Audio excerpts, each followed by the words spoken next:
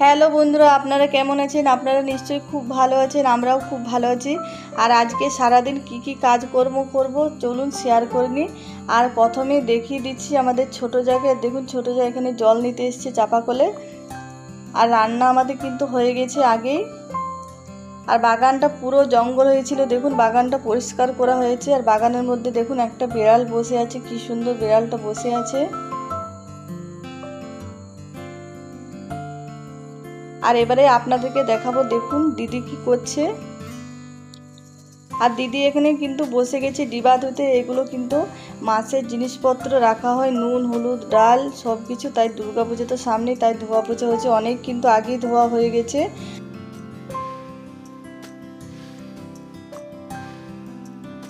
আর ডিবাগুলো কিন্তু ধোয়া হয়ে গেছে, এগুলো এবারে রোদে শুকাতে দেওয়া হবে। আর এদিকে ছোটো বাবু দেখুন ওর মায়ের কোলে বসে আছে। আর আমার মোবাইলটা দেখে আমার কোলে আসতে চাইছে, তাই ওকে নিয়ে নেবো কোলে। আর দেখুন আমার কোলে চলে এসছে। আর এদিকে পার্সেলে একটি ঝুলঝাড়া আনা হয়েছে। দুর্গাপুজোতে আগেই বললাম সামনে চলে এসছে, আর বেশি দিন দুর্গাপুজো নেই, তাই ঘর পরিষ্কার করতে হবে, ঝুল ঝাড়তে হবে, তার জন্য পার্সেলে ঝুলঝাড়া আনা হয়েছে।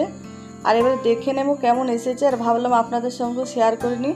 আর এই ঝুলঝাড়াটা কিন্তু ফোল্ডিং সিস্টেম, ছোট বড় দুটোই করা যায়, খুবই সুন্দর আছে।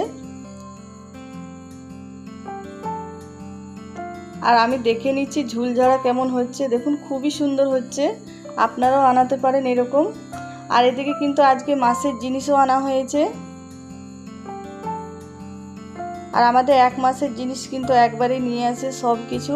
আর এদিকে জিনিস ভরতে বসে গেছি আমি আর দিদি। আর সব ডিবা কিন্তু শুকিয়ে গেছে, আর আগেও বলেছি আগে অনেক ডিবা ধুয়ে রেখেছি আমরা। আর এদিকে জিনিসগুলো সব একে একে ভরে নেব ডিবার মধ্যে।